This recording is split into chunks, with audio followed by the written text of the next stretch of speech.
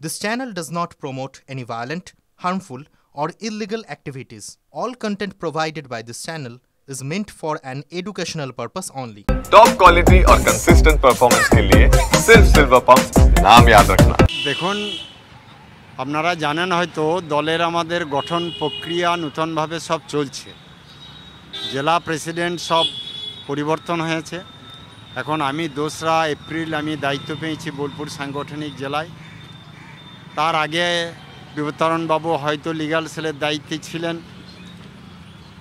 এখন আছে কি নেই সেটা আমি ঠিক বলতে পারবো না। আমি আজকেও হোয়াটসঅ্যাপ গ্রুপে দেখা যাচ্ছে উনি রয়েছেন। হ্যাঁ রয়েছেন, তবে আমার কাছে যতটুকু খবর যে উনি বিজেপির লিগ্যাল সেলে থাকলেও তিনি রানিং দলের পক্ষেও তিনি অনেক কাজকর্ম করছেন, দায়িত্ব নিচ্ছেন, এই খবর আমার কাছে আছে।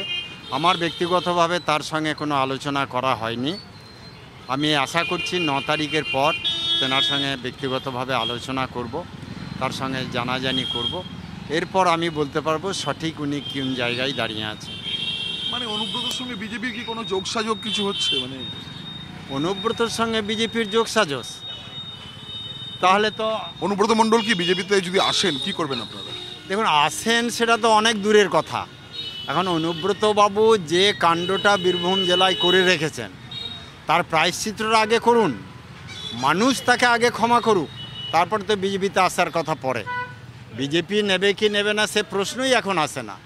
অনুব্রত বাবু বীরভূম জেলার মানুষকে যে ক্ষতি করেছেন, যে সর্বনাশ উনি করেছেন, তার প্রায়শ্চিত্ত ওনাকে নিজেকেই করতে হবে।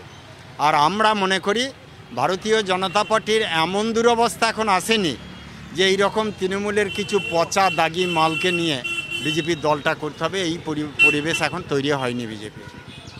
বোলপুরে তো টোল বন্ধ হয়ে গেছিল, এটা কি তিহার থেকে ফিরে আসার পর টোলগুলো আবার চালু করেছেন আসি?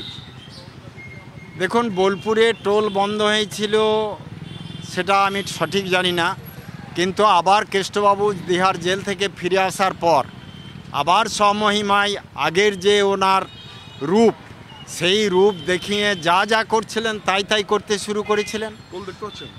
এখন তো আমি দেখতে পাচ্ছি যে টোলও চালু হয়ে গিয়েছে, বালির ঘাটও চালু হয়ে গেছে, টাকা পয়সায় অনেক কিছু কারবার শুরু হয়ে গেছে, আর তার শিকার হলেন বোলপুরের আইসি, এটাও আমি খবর নিয়েছি।